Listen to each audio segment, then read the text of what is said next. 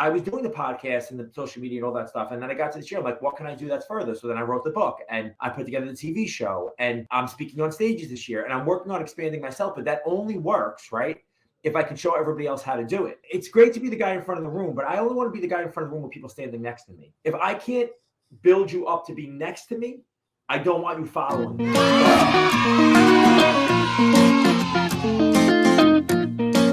And we are live. Yeah, kid. Welcome everybody back to another episode of Smells Like Cappy with Handsome. I'm your host, Charles Weinraub, aka the Handsome Home Buyer, formerly Captain Permit. But we love Captain Permit. Obviously, you guys need any permits. 516-513-8838 from coast to coast. And by that, I mean from Montauk to the Queens border. We got you interior alterations, new construction, light commercial. Investors love us. Realtors love us. Loan officers love us. Attorneys love us. Check those guys out. And obviously, this podcast and every podcast is sponsored by none other than Cardinal Financial, but more specifically, Sal Rizzolo out of the Patchogue office. We love him. Listen, very quick anecdote. I say this every time, but I can't say this enough. If you are an investor or if you are a realtor, you have to have somebody who knows what they're doing. And there's very few people that know what they're doing. Don't get it twisted. There's over 1,000 LOs on Long Island. I would say 98% of them have no idea what's going on. Sal Rizzolo has saved me a tremendous amount of time, tremendous amount of money. I had a ton of deals that were falling through while they were under contract 1, 2, 3 months later. A couple guys even lost their down payment and they couldn't close. Now, the goose egg, meaning no deals fall through. If Sal gives me the blessing, the rabbi blessing, sprinkles the holy water, whatever it is that he does, these deals close. That is absolutely priceless because everybody knows, A, in this market, prices are dropping like a rockish, not totally like a rock, but like a rockish. And B, listen, it costs $150 to $350 a day to carry these things, and nobody wants to carry them longer than they need to. So reach out to Sal. We're going to put his info in here, obviously, down in the comment section. Give him a buzz, talk to him, tell him Handsome sent you. And in the spirit of Cardinal Financial, we have one of the Fab Four with us. We did Frankie was number 1. Tommy was number 2. We recorded him last week. That's going to be coming out actually before this one. We got Ralph, who coincidentally, Ralph, Mazel Tov, you don't know this, sir, but you are podcast number 200, dude. 200. This is our 200th podcast. I can't believe it. I mean, listen, anybody who doesn't podcast, you should podcast. This has absolutely changed my life. I've met a ton of amazing people as a result. So like I said, Ralph DiBugnara, he's been in mortgages for 20 years. He's got a new book coming out, The Growth Trap. God bless him. I don't know when he has time to do all this stuff. Married, kids, the whole nine. Disruptor Network just filmed and edited a new TV show that's coming out on DirecTV in January. And like I said, he's one of the Fab Four that runs a division of Cardinal Financial, which basically covers the entire East Coast. Tons of loan officers, a lot of action, a lot of experience from this gentleman. Looking forward to popping off. Here he is. Yo. 200, that's ridiculous that you have 200 episodes. That's amazing. So for as many as it feels like it is, I feel like I should have more. Like I feel like I've been doing this for so long, I should have like 500 of these things. But in reality, it's amazing. It's changed my life. I've gotten to speak to a lot of very cool people who otherwise would never speak to me because they're like, this kid's a little off. But I'm like, all right. Nobody turns down a podcast for the most part. So let's do it. Yo, just the consistency of doing 200 episodes. I have a podcast that I'm nowhere near that. It's unbelievable. So it really is a big accomplishment. So congratulations. Thanks, man. I really, I appreciate it. So let's get into it. We were talking to about a bunch of really cool stuff offline. And I'm like, yo, we got to cut it. We got to cut it because people really need to hear about this. So give people kind of like the 30 to 60 second background on you, your history, how you got into mortgages, where you came from essentially. So I'm from Brooklyn, New York originally. I grew up in a 2-family house there. My father was a teacher and educator, so I grew up under that. He worked his ass off. We didn't really have very much, but I didn't know it. I went through school. I was not very good at school. I got through college just because I didn't want to be disappointing, but not because I was excelling at it. And I got out of school and I had no idea what I wanted to do. And it was 2001, 2002, around the dot-com bubble. So it's when that happened and the economy was a mess because of all these kind of overvalued internet stocks. And there was no jobs. I was working as a copier salesman for Canon, walking door to door in Manhattan, which was miserable. It was not. Wow, amazing training though, probably. Amazing training. It was a good learning experience because I had no idea how to do sales, and getting the door slammed in my face every single day was not great. But I had a friend that was in mortgages. He's like, hey, I'm working at this company downtown Manhattan on Wall Street. They're eventually going to go public. Why don't you come in? I'll put you in the training program. You don't need to be licensed. At the time, you didn't need to be licensed. And we'll put you on the phone after a couple of months. But it's commission only. So I was like, I got no other options. So I was like, I had saved up enough money to last. I was living with my parents for a couple of months, and I started in mortgages. And it was a really good time to get into business. And I rode that from 01 to 08 when the world fell apart in real estate and mortgages. And I started over again, broke and in debt. But it was a really, really dark time, but it was probably the best thing that ever happened to me. So that's the basics of my business. And now we're, 14 years later at Cardinal Financial, and Frank and I and Tommy and Jimmy, we run a $2 billion mortgage business that I'm thankful for. But right partners, right place, right time, and just being consistent is kind of got us back to where we wanted to be. No, that's so a bunch of different things.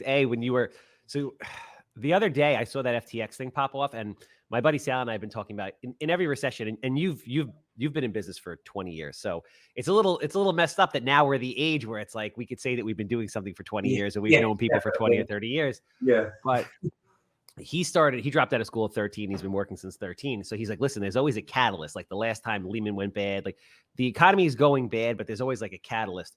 Do you think the FTX thing is the catalyst for this one? Yeah, I mean, just the reality of reading about it and saying that it was twice the size of the Enron bankruptcy, right? Like Enron was the biggest thing when that happened during that crisis, and it's twice the size of that.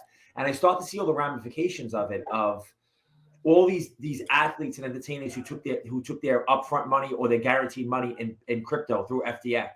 Like it's just I 100% agree and think that this is going to have a bigger impact than I thought at first. On the economy right now, because it's just a lot of people got caught up in it. It really is a lot of people who got caught. We thought Madoff was a big deal. This is 10 times the size of that. So it's scary. The question is, and I don't know the answer to this because I don't know a lot about crypto. I mean, I sort of understand it, but I really don't understand it. I have a buddy that's super into it. He tries to I'm like, bro, just bricks, sticks. People can live in it. Section 8 sends me checks every month. That's the only thing I truly understand. But are the number of people that are involved in crypto that dealt with FTX big enough to really send a shockwave through the economy and really jack people up? I don't know. Yeah, I don't know either. It's a really good question. I mean, it wasn't just crypto either. It was all this NFT stuff. And Gary Vee, who I know we both follow, we mentioned a lot, all that stuff. Like he really exploded even further over the last couple of years because of the NFT stuff. Like he was the forefront of that, and people were really buying that stuff. And it's not like I saw yesterday that some of the ape stuff that people bought, like the art is like, it was worth like 5% of what it was worth over a year ago. That's fantastic. So I think we were living in a little bit of excess, so that's helping a little bit, but I don't think that it can't, I believe it's going to have some kind of serious impact on the economy. I think it has to. So, but the question is, and I remember something that Gary was saying, and I don't know a ton about NFTs. I understand on a very high level, the mechanics and how they work, but essentially the value prop. So I remember him saying in one video, he said, defining moment of my career is going to be when the NFT market completely cracks. And then these projects lose like 90% of their value. He goes, and then I come in and scoop up all of the good projects. So I wanted to buy a Bored Ape, and I'm like, I'm not spending freaking $150,000, $200,000 on a Bored Ape. But if a Bored Ape is selling for freaking 30 grand right now. Yeah, you're right. Is there value there? I agree with you. And that's the question. The most millionaires are made during this time, right? The billionaires are made during these recessionary periods when you can buy stuff cheap. And I have a very loose connection to Tillman Fertitta, who is the owner of the Houston Rockets, and he owns the Golden Nugget. And I don't know him personally, but I have friends who do, right? If you read his book, he made all his money in big recessions, right? He borrowed a lot of money before the recession started, and then used all of it during the recessions. Yeah. And if you look at what he's doing now, he just bought 6% of the Wynn and resort and casino in Vegas. Yep. And he bought a huge resort in Malibu, I believe. But all he's doing is buying. So it just tells you that the guys who have had enough guts to go in and do it before are trying to do it again. Yeah. So you're right. Is this the time for you to go buy that stuff? It may be. So, and I agree with him 150%. What I've been saying, and there's a ton of video on this for the last 3 or 4 years, is I'm going to ride this last cycle, which I thought would would go until the end of next year. And there's still like a little bit of juice. We're like on the last drag of the cigarette, I think. But I was like, I'm going to go out. I'm going to raise a ton of money. I'm going to, start a private equity fund, and that's it. I'm going to run. So what I did was I went and refinanced. End of last year, I went and refinanced all of my rental properties, pulled out a ton of money. And I'm like, all right, I have a bunch of dry powder. Went and bought a couple of strategic investments. Now I'm sitting on a bunch of money, getting ready to do that. The question is it too early to go out there and start buying? Yeah. That was my thing. I was like, people on Main Street they don't feel this. When you go to a restaurant, it's packed. You try to get on a flight, it's full. Yeah, you're right. I feel like that was the only thing. Like, I see the NFT stuff in the crypto cup is hitting hard right now. So maybe yes, the Rolex, the watch market is hitting hard right now. So maybe yes, but it usually takes a little bit more time. I think we have like 6 to 12 months before you really start to get into like, where are the really good deals?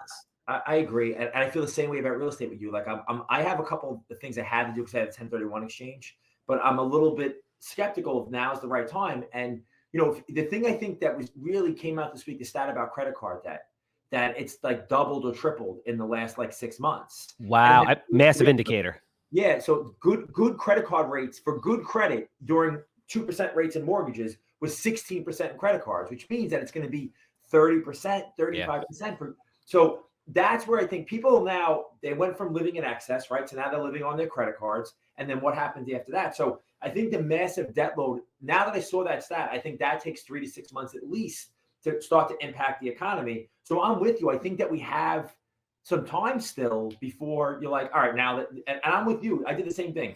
I took out lines of credit. I took money out of the houses. I'm sitting on cash right now. Like, what's next? But yeah. I don't have that inkling right now. Like, okay, this is it. This is the strategy. I'm going to do this. So a couple different things. Recessions typically set in like, September, October historically. So yeah, I think, listen, people are talking about it now, but I think the overwhelming majority of people, like I have conversations with people and most people are like, what do you mean? Like everything's fine. We feel it more in the real estate market right now because obviously the rates went up. So people have less buying power and it's like, they're getting nervous. There's still a lot of showings, still a lot of action, but people are very nervous. They're not pulling the trigger. So you'll have 30 people come through an open house and you'll have one offer as opposed to having, 20 offers like you used to. So I think we're seeing it. We are literally, you and I, seeing it first. We're in the middle of it. Yeah. We're at the tip of it. Yeah. So I think we're probably right in the sense that a year from now, when you're into September of October of next year, and by that time, hopefully we've flushed out all the crap that I have and rebought at cheaper prices. But I think that's when it's going to really set in. And that's when people are going to be like, oh shit, the crypto wave obviously hit a lot of these kids. That's why the watch market is taking a crap. But like in general, overall, that's why I'm surprised a lot of these guys are going out and spending big money because tourism is still still moving. Yeah, bro, I went to Disney this week with my wife and my kids, and packed. It was packed. I couldn't believe it. And then we flew back on a Tuesday, right? Tuesday at 3:00 in the afternoon. I couldn't even get the car around to pick everybody up. There were so many cars. I was like, where are all these people coming from? Like, how? And I have family members that work for the airlines, and they told me they're busier than they've ever been right now. So where's the money coming from? Well, I think it's coming from credit cards, and I think it's coming from debt, and I think that we're going to see all of it. You're going to see a slowdown in. I agree with you. It's a combination of things. So like people are still living off the last round of stimulus. So think about this, like a month ago or maybe 6 weeks ago, they got that last whole like employee retention thing. So you got like 10 grand or 30 grand or whatever it was, depending on the situation for every employee that you retained through the entire COVID thing. So like I know small restaurants that got checks for like $350,000 after they had already gotten checks for like $500,000 before. It's fucking retarded. So what are those guys doing and girls doing? They're going to buying real estate, they're buying this, they're buying that, they're putting in the stock market, whatever the hell they're doing. And that probably starts to run out like into Q2 of next year. Summer comes, whatever. And then all of a sudden September comes around and it's like, yo, what's going on here? Like it's freaking dead. So I think we're a year away from really getting into it, but it already started. It started in like March or whatever when they started taking the rates up. I think you're right. I think you're right on the money. I think it has started already. I think it's just not clear, and nothing's clear yet. But I think it has. And the PPP and the stimulus money is interesting you bring that up because I can't tell you how many people I've heard from in the last 12 months that are like, "Well, I got this stimulus money that I have to spend." Like that's still been going on, and then you wonder why when the numbers come up that consumer spending is still up, right? And unemployment is not up a crazy amount because people either went back to work or there haven't been as many layoffs in other industries outside of ours at this point because there was still all this PPP money to employ people. So I think that some of the stuff is being hidden. Yeah, and then you bring Frankie's theory into it, which, part of me really hopes that he's right, but then part of me is really scared that he's right, which is that, they're going to start to drop rates like Q1 of next year. And if they drop rates next year, it's going to give us an additional shot in the arm to keep this thing going, which obviously, certain political figures want because you're coming to an election year and you don't want to be jacked up coming into 2 years from now, right? But he has me convinced too that he's right. He's nasty, that guy. He knows shit. Like, he just knows shit. Yeah, so he's very well read. He's very well informed. He's very good at reading the market. So yeah, he usually has me sold. The crazy thing is, right after he came out with it, like 2 weeks later, Michael Burr, the guy from The Big Short, he came out and said the same shit. I know. Which makes sense to me, actually. I'm just like, listen, not to say that Michael Burr's never wrong or, Frank's never wrong, but I was oh my God. And then you see what happened. The election passed, rates went up, the election passed, rates went up again, but like now rates are ticking down. So he had said to me, he goes, listen, December, it's going to they're going to fall. They're going to be, somewhere between 6 and 7. I'm like, bro, we're somewhere between 6 and 7. This fucking guy, like, I don't know how the hell he does this shit. And he's like, you watch after the new year, Q1, the rates are going to like 4.5 to 5.5%. I'm like, God willing, because I'm going to unload everything. But then I'm like, oh, then it's just going to be, the world's going to detonate like 12 months later. We're completely fucked. Right. Yeah, exactly. Inflation's going to be so crazy that the rates are going to rise to like freaking 30% just to try to calm this down. It's true. Listen, they shit the bed on this. Yeah, they just screwed it up for the last few years in general. They started it too late. But hindsight's 2020, obviously. But it's definitely not been handled correctly, and I think it's still being handled incorrectly. Horrible. They gave too much money for too long. Then they didn't raise the rates fast enough because they just overcorrect every time. Yes, you're right. They overshoot every time. That's a really good point. They overcorrect.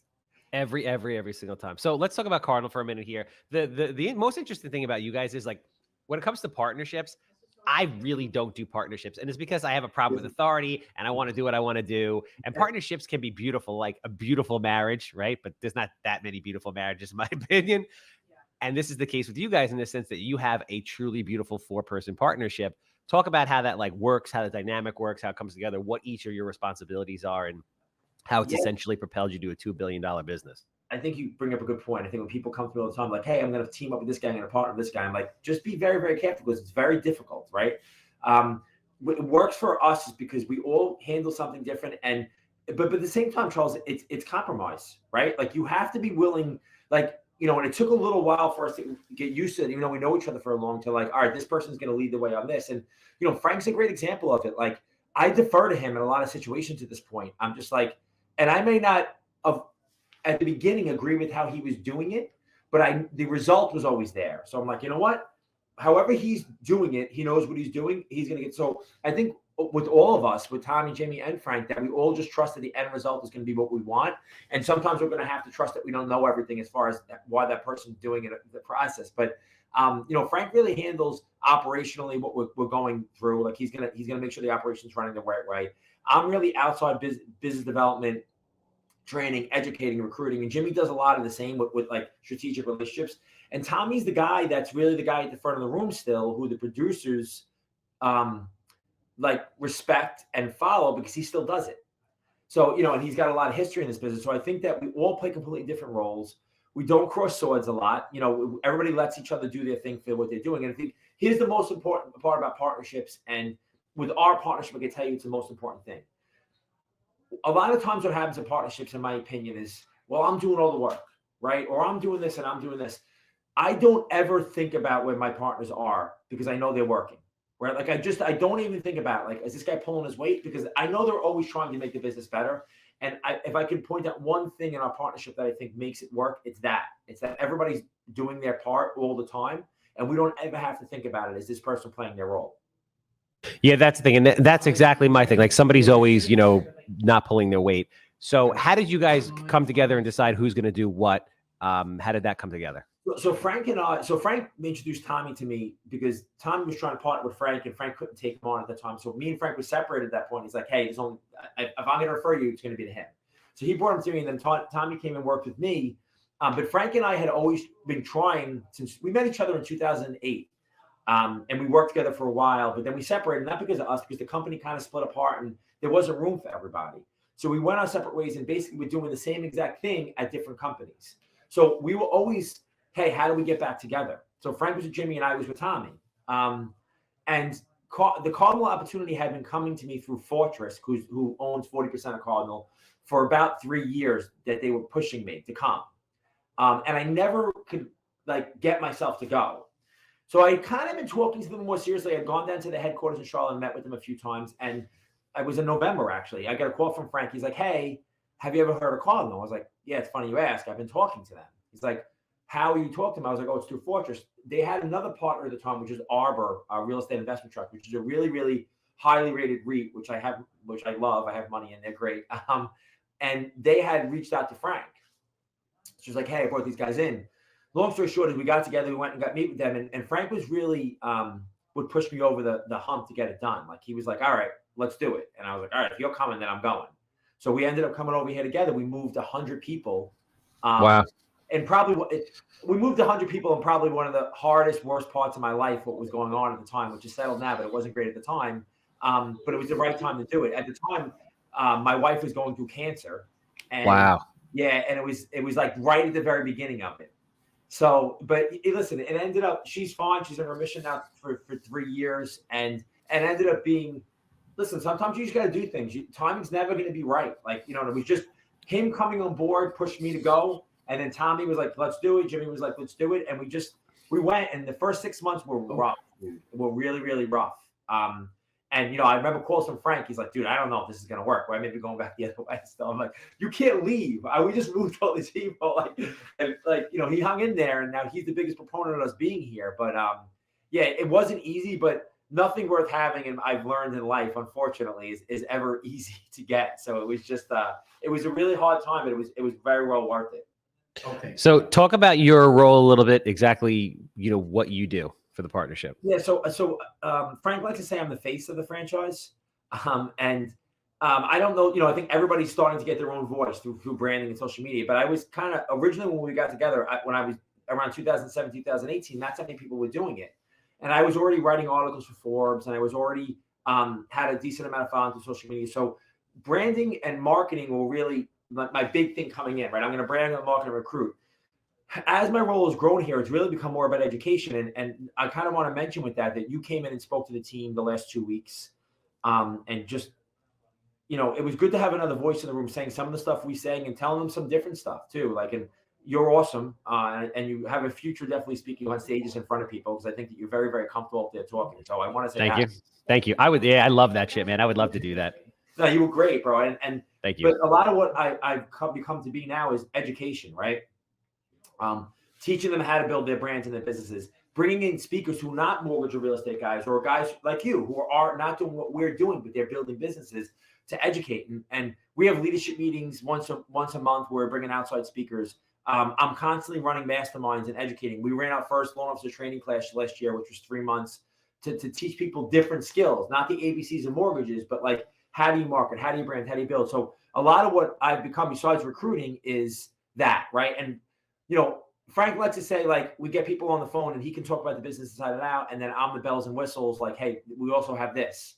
But I wouldn't be able to do it by myself. It wouldn't work by myself, what I do every single day. But the partnership allows us to do it with what our highest and best use is every single day. And this is my highest and best use, only because it's what I enjoy the most, right? It's what I like doing. So it really works for me, my life, my quality of life, and for the business.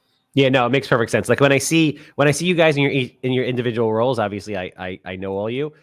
It makes sense. I'm like, oh, this is a perfect partnership. It totally makes sense. They're in different regions. They're doing different things. This is their niche of, exactly what they do. And more importantly, what they like to do. I could see Tommy in there originating business, yelling at the guys, boom, getting everybody fired up, running around, right? You obviously like to be in the public eye, social media. You like it, you get it. So talk to me about so I think this is very important for people like yourself, or like, broker owners in real estate, or anybody who's on the top of a business who's looking to attract talent, how do you use social media, and what specifically are you doing to recruit? So I think two things. I want my platform's always education. My father was a teacher, and I realized at this point in life that I like educating more than anything else. So my platform's always education. So I try to always lead with, this is what I know from the past. This is what's going on in the present. This is what I think is going to happen in the future from experience, like from substance. So I try to put out enough education with people where I'm not trying to scare people. I don't want to scare people. I want to just inform people. So that's first, and then constantly innovating. Like, and you'll really understand this. I think it really will resonate with you. Everybody's like, you worry about people taking the stuff you're doing, they're taking the stuff you guys are working on together and using it for their own. I said no, because if I'm not constantly innovating and trying to do more, then I'm dying, right? So like, I was doing the podcast and the social media and all that stuff. And then I got to this year, I'm like, what can I do that's further? So then I wrote the book, and I put together the TV show, and I'm speaking on stages this year, and I'm working on expanding myself, but that only works, right, if I can show everybody else how to do it. So now I built out a course on how to buy and build a real estate portfolio through Airbnb and short-term rental. But a lot of me doing that exercise is so I can give these guys that work for us something that's not mortgages every single day, something that's not, because if I thought that I had nothing else to do with just mortgages every single day, for me, I would die. Like, I need something to challenge me every single day. That's not what I've been doing for 20 years, right? So I work on things that are outside of the box constantly, but my path to that is always, I'm going to do this, but how am I going to educate the people behind me to do it after me? Because it's great to be the guy in front of the room, but I only want to be the guy in front of the room with people standing next to me. Like, I don't want to be that's just how I'm built. I'm more of a team guy than I am an individual person. And if I can't build you up to be next to me, I don't want you following me. So, I think everything I do is really built to get people to stand next to me in the front and not follow me along, because I just don't think that lasts. No, and that's really smart. And listen, just thinking from a value prop standpoint, I say people, like I was talking in the class, I was like, listen, you stand up in front of the room, and this goes for everybody, right? So obviously you want to work with as many loan officers, as many of the right loan officers as possible, right? Sure, yeah. So if you have like 6 guys or girls that you're really interested in working with, and they're saying, hey, I've been speaking to a bunch of people like you, what makes you better than everybody else? Part of the value proposition is, hey, listen, we're going to help you grow your life. Forget about, like, it's great. You're going to make money in mortgages. We're going to teach you. We have, we have Octane, which is the greatest thing in the world. It like does everything for you, right? And you could close deals in 25 days legitimately, which is awesome. But what else is there? And it's like, hey, do you have dreams? Do you have goals? Are they outside of mortgages? Is it real estate? Is it starting your own business? Like, what is it? Because we have experience in all that, and we're here to help you grow as a person, which is really what I think a lot of people want. Also, they want the guidance. It's not really about the dollar. It's about the culture and everything that comes along with that. Yeah. And when we get on recruiting calls, like, one of the things I always talk about, because I really mean it, right, is like quality of life. Like, how do we improve your quality of life? And if I'm talking to you about quality of life by growing your life, growing your brand, growing your business, growing your outside interests, if I'm talking to you about that and you keep coming back to what are I want to know the lowest rates in the market, then we're not talking the same language, and you're not the right person for me, right? Because it's not about being the lowest rate in the market. We're all competitive. It's about, how are we doing business the right way? How are we growing your life? How are we making your quality of life better? If we can do that for you, then you'll want to be with us forever, right? We'll be a team forever, and then I can trust you. But if we're talking about little details like that, then it doesn't make sense to us as a business. So when you say recruiting, and I want to make sure I'm dialed in on this, when you recruit at your level, are you recruiting on like, one LO basis, or are you bringing teams of people over? You're basically... So both. So a lot of times, if it's single LOs, they'll come through the managers first and then to us. Sometimes they don't come at all. Sometimes they come on without having to talk to us. But I'm talking to teams. I'm talking to high level producers.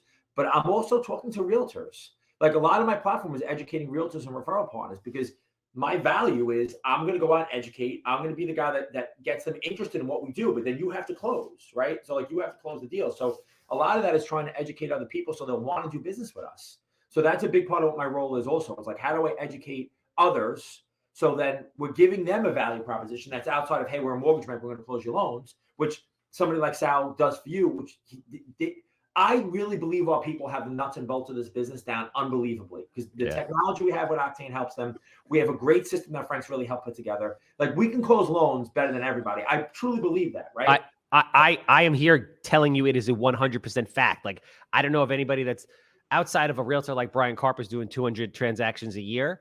I mean, I've sold over 400 houses in the last 5 years, and there is literally nobody that closes loans like you guys. No. And I appreciate you always being like a mouthpiece for that, because people don't want to believe it. But so that's become such a I know we can do that well. I trust that we do that really well. So what other value are we offering you? And I don't want to be the same as every other guy. Like, oh, we'll pay for this, we'll pay for that, because it's got to be a business partnership. Like, what are you getting? What am I getting? So, it's really about how do we give people value? And I'm constantly tweaking that. I'm working on that. Like, just the thing we did with you the last 2 weeks, right?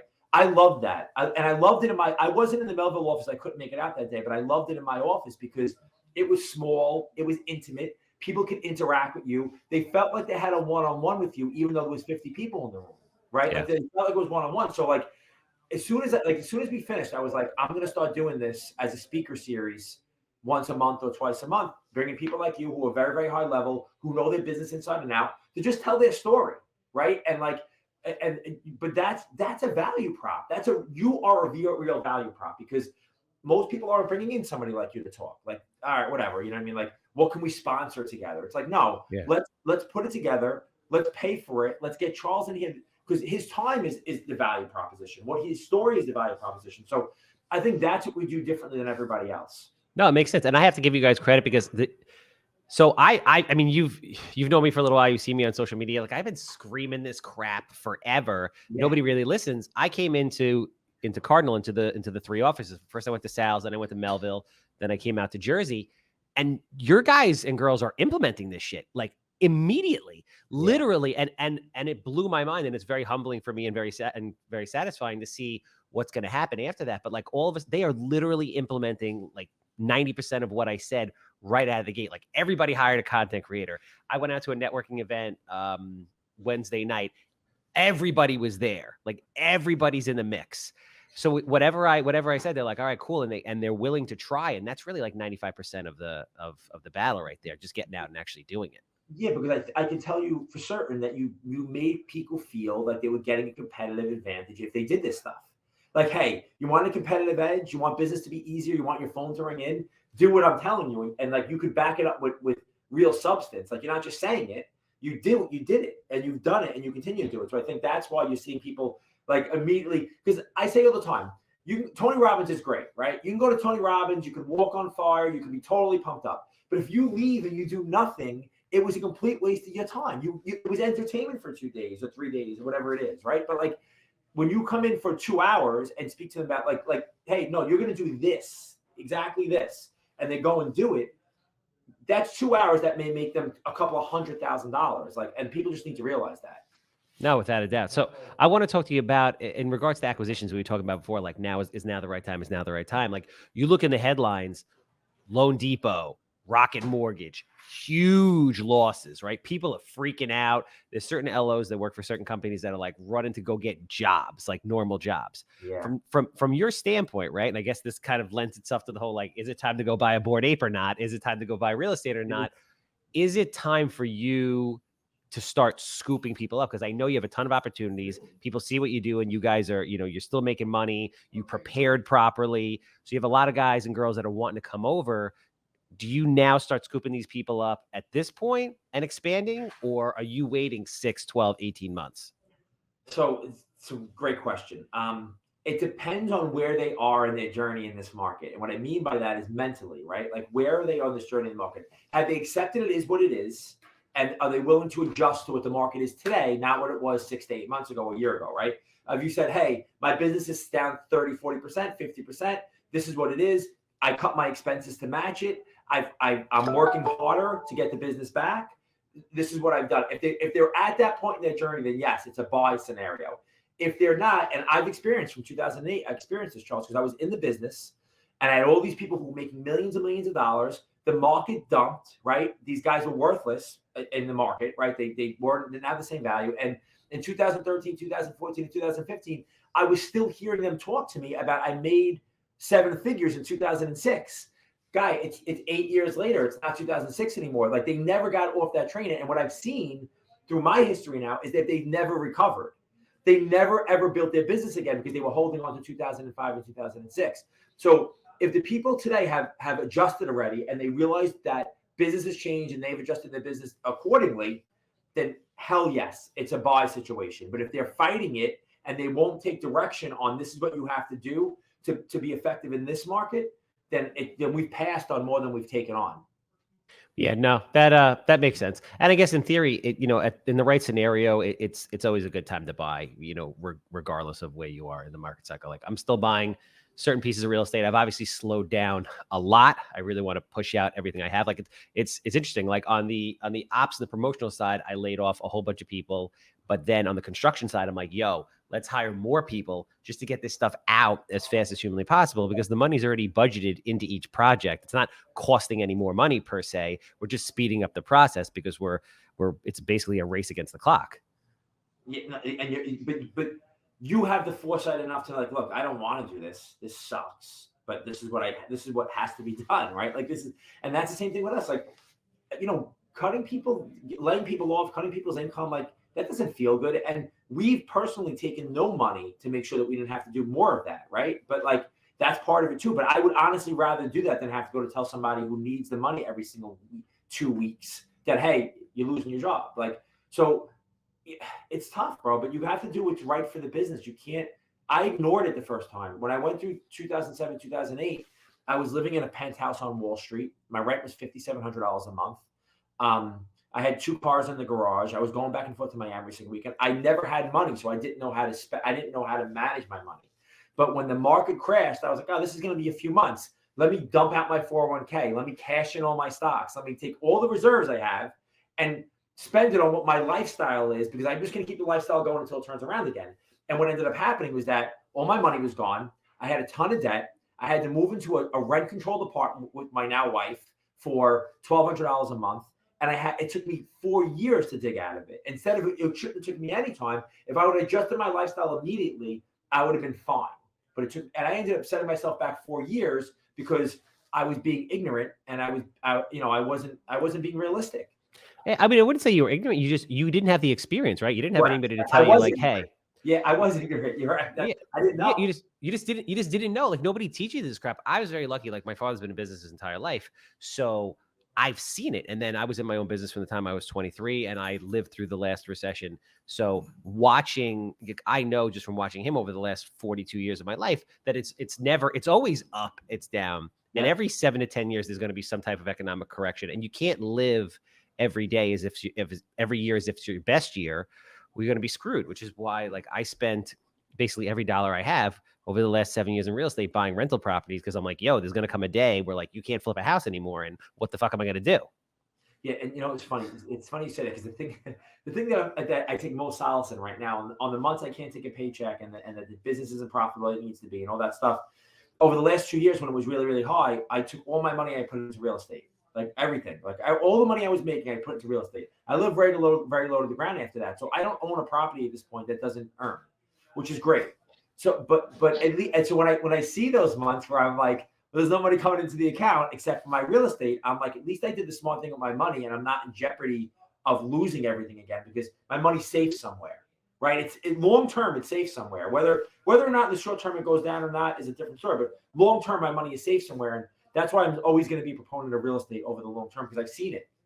Yeah, no, it makes perfect sense. And that's one thing that I have to really give you guys credit for is what it also seems like the partnership has enabled you to do is have a little bit of time to then go out and diversify. So like Tommy's in like all kinds of, he's like slinging tickets. He's got like sports drugs business. I'm like, bro, he's at barbershops. I'm like, what is going on over here?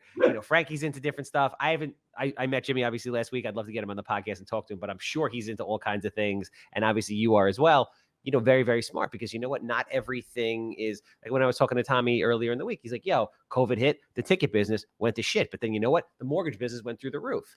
And now things are changing. Hey, tickets are back up. Mortgages aren't doing as well. The sports medicine thing is freaking cranking because that never stops. Like you always have to have a couple of different streams of income so that when one's getting hit hard, the other ones are keeping you up? Yeah, being diversified was definitely the main thing. And they're crazy. We're all different things, but it's good for all of us because it diversifies all of us.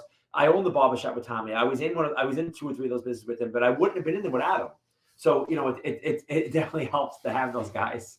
Yeah, no, and I understand mortgages the way it's fix and flip. Like fix and flip is my like main core business. That's what my main core business has been, and everything kind of branches off of that. But it's cool that this one business or mortgages in your case gives you the opportunity to like branch out and say, you know what, I'm going to try this, I'm going to try this, I'm going to try that. But you never kind of forget like where the money really comes from. Yes, very, very good point. So, what do you see going on in the market in the future? What's your plan? What are you and the partners' plans for the next 6 to 12 months as we get into this? So I keep saying this, and I hope that, I think that'll be right, but I think as real estate and mortgage producers, right now is the best opportunity anybody's had in the last 12 years to become a top producer, right? I really believe that because you can, where everybody's hiding or everybody's scared, everybody doesn't know what to do, as long as you're just getting up every single day and doing your job, which is all you have to do, right? Doing it aggressively and being proactive about it, you can be a top producer at the end of this if you're not now. So what I really see is for the people who are going to work through this, just like the people who worked through the beginning of COVID, right? At the end of it, they will be so much better off than they were now, as long as they get up and do the job every single day. So right now, it's just back to what you said, right? We're back to the main thing, right? I'm going to concentrate on the main thing every single day. I'm going to work my ass off of the main thing. I'm going to work 3 times as hard now than I worked last year. And at the end of it, I'm going to reap the rewards. Now, that may be 6 months, that may be 12 months, that may be 2 years. But at the end of it, I know that if I do what I'm supposed to do every single day, which is do my job, good, bad, or ugly, then at the end of it, I'm going to be in good shape. And I think that as salespeople and producers and business owners in this business, that if you get up and do that, I know that we're all going to prosper. Yeah, 100%. And if anything, this is the time to lean into it and really double down. This is the time where it's like, yo, do the podcast, go to the networking, build the relationships, invest the time, because it's going to be tough for everybody. This will at least get you through making some money. Okay, lower your expenses. And then once there's a turn, you're going to have those relationships. You're going to have the lower expenses. You're going to have the business model down, and you're just going to take off like a rocket and ride the next, 6 to 10 year wave. And that's really where the money is made. Like it sounds like you, me, we're all in the same boat. We all made all of our money in the last 6, 7 years, 8, 10 years since the 08. So it crashed in 08. The market bottomed out in 2010. It took people a couple years to get at it. And then from 2012 to 2022, that's when it happened for everybody. And that's when everybody made their money. So you don't need a lot of time. Like the average millionaire makes their fortune in 5 years. It's right. It's true. I know. I think about that sometimes. And even for myself, I feel like it cheapens it. Like, well, that I just have a good couple of years, but you're right about that. Most people have some kind of something that happens that propels them to that level. And then how do you maintain it and grow it from there? And you're right. That's really, really actually a powerful statement, right? The average millionaire makes their money in a couple of years. Yeah, the key is to be smart about it. So like you make all the money. Now you've had the experience, you've made all this money. Great. Now you're going to save, you're going to be safe, you're going to be conservative. You're going to deal with the next, 24 months, whatever that brings. And listen, you might have some losses and take some bumps and bruises here and there, but you're not going to lose it all. And then you get to the point where it's like, all right, it's time for another run. And then then there's the next building block on top of that. And that's how you build generational wealth. And that's the goal, right? I'm a long-term thinker. No matter what, always I have to be, and it's hard to be that way sometimes. Short-term pain will knock anybody off that long-term perch, but I try to look at the light at the end of the tunnel always, and not what's going on today, because today could be rough. It could be rough treading, which is what goes on a lot of times. Listen, sometimes I look at the end of the day right now, and I'm like, is this the end of it, or we got some more to take? And I think we got some more to take, and it's just a matter of I get up and I come to work every single day, and I'll continue to do that until I can't anymore. Yeah, I don't even think it's really gotten started yet personally. And your business is very interesting because literally a drop in rates can send you swinging so wildly in a different direction. So, they decide if Frankie's crystal ball is right, and all of a sudden they drop rates to 4.5%, all of a sudden you're hiring processors and everything, and you're scaling back up because it's going to be nutso. And then all they have to do is start raising rates again. And 3 months later, you're like, I got to lay everybody off. So it's it's hard, man. It's a very hard business. I'm like, I give you guys a lot of credit because you have to adjust to very violent swings in a pretty short period of time. But listen, hopefully that happens for us. We get another quick shot in the arm. But while it's happening, got to be whispering in everyone's ear like, yo, save your money, save your money, save your money, save your money, save your fucking money, bro. Charles, I tried to do that last year with everybody. I said, guys, take advantage of this. It's not going to last forever. And, those are a lot of the people I'm talking to today, unfortunately. Like, hey, I got credit card debt now. And I don't have a deal in my pipeline. And I don't know what to do. And I'm just like, it's frustrating, but I understand it also because I did it myself. So I understand where people are at with it. But you're right. The next time it happens, it's like save your money, do the right thing with your money so you don't have to worry about it when it's down again because it's coming. Yeah, and I think really my personal opinion, for what it's worth, in your training when you're bringing these LOs in, I think part of this life training should be like, hey, listen, we're going to teach you money management to a certain extent. And then your story is a very powerful thing because you're standing there, people are looking at you, you're obviously very successful, you're happy, you have a beautiful family and everything. Hey, guess what? Like, I made a ton of money like you, and then I lost all of it. Learn from my mistakes, be better. Don't do that. And let's set up a system where, like, hey, you make an X amount of dollars, put a certain amount of it away for this, for that, the other thing, for a rainy day. Like, there's no reason why everybody on the floor needs to have a Rolex and $1,000 a month car payment. It's ridiculous. Yeah, listen, it's funny because I see you and you're very, very much like me, and I can appreciate that. There's no flash, there's no you don't have a ton of jewelry on, there's nothing going on, right? And I had this conversation with somebody about Jay-Z the other day, and I was like, look at Jay-Z when he was a millionaire and look at Jay-Z when he's a billionaire. You would never know he had money now the way he dresses. There's no crazy. If he has a nice watch on, you've never heard of it, but it's not overly, right? But it's like, how much do you really need, Charles? Like how much do we really need? When does it just become excess that doesn't make you feel any better? And what and now I'm sure, and I know too, is that money's never going to make you happy. It's everything else that's around it. And money makes it easier to live life, but it doesn't make you happy. So putting money away the right way and managing money the right way, what you said the right way, makes your life a lot easier. And that's kind of what the goal should be. Yeah, and listen, I'm not against people buying nice things. I'm not. Like, I finally went out. So I bought myself, over the summer, I bought a Maserati MC20. Nice. Right? Beautiful Which, car. thank you. I love it. It's amazing. You know what? I felt a little bit guilty buying it, but at the end of the day, I'm like, fuck it. I'm 42 years old. I was like, what am I going to do? I'm going to be the old guy driving around in a nice car because I would appreciate having a nice car because I've driven pieces of shit forever. Because all I did was put it into real estate. But the money that came to purchase that car came from a refinance of 50 some odd properties that I had purchased over the last 5 years. So it's like, hey, all right, cool. Did I go and buy this? But at the end of the day, I have cash flowing assets that are paying me money. And the money to buy this came out tax-free at 3.85% for 30 years. So that I can be like, okay, it's not going to give me. Yeah, you did it right. You did it the smart way. You're right. If you're going to do it, that's the way to do it. And listen, this is not smart. And this is financial advice, but it's not. But I don't have any credit card debt, and I don't have a payment on any of my cars because debt scares me because of what I did to myself in 2008, right? So I keep myself very, very debt free besides my mortgages because it scares me. But I don't know if that's the best use of your money either, and I'm not saying it is, but you got to find what you're comfortable with. That's just what I'm comfortable with at this point in my life. No, that makes perfect sense. Listen, I carry a lot of debt. Some people are like, aren't you afraid? I'm like, bro, how am I afraid? The government's paying me money every freaking month. Like, if the government can't afford to pay me, like, we have a lot bigger things to worry about. That's true. That's a really good point. If I can't get my money from the government, then I'm really screwed. Yeah, but to your point, I'm exactly the same way. Like, I don't own a house. I live in a rented apartment, like a $2,800 a month rented apartment. So if I did buy a house, I'd buy it for cash. The car is paid for in cash. I have a truck that I lease that's $400 a month that the business pays for. That's it. I don't have anything. I don't have any credit card debt. I don't have any of that stuff. Because like you, I'm thinking, hey, if I'm going to buy a house, like let's say I had a family and it's a lifestyle change at that decision at that point, and I'm going to go buy a house. I need to know that God forbid what happens, that house isn't going anywhere. Yeah. Like, I don't want to have a $6,000 a month, $10,000 a month mortgage, and then the world comes to an end and I'm like, shit, how am I going to pay this bill? I want to know, like, okay, I could pay my taxes, whatever that is, and I'll figure it out. So, I mean, I think what you're doing is the smart play. Yeah, I appreciate it. I'm trying, bro. I'm trying to learn from my mistakes. You have, and it's cool that you're sharing that knowledge with the LOs around you and helping them become better people. So, with that said, listen, I really appreciate the time, man. Thank you very much. It's been a pleasure to work with you guys. You guys are really you're gentlemen. You're doing a ton for the business and a ton for me. And obviously, I'm sure there's a lot of LOs out there. There's people with businesses that are, that want your kind of guidance. How does anybody get in touch with you? How do they reach out to you if they're interested in jumping on board? Thanks for having me. First of all, thanks for continuing to kind of put us out there because I appreciate that more than I can tell you. I'm really accessible on Instagram. Is great for me. It's debug, DIBUG, and I answer all my messages there.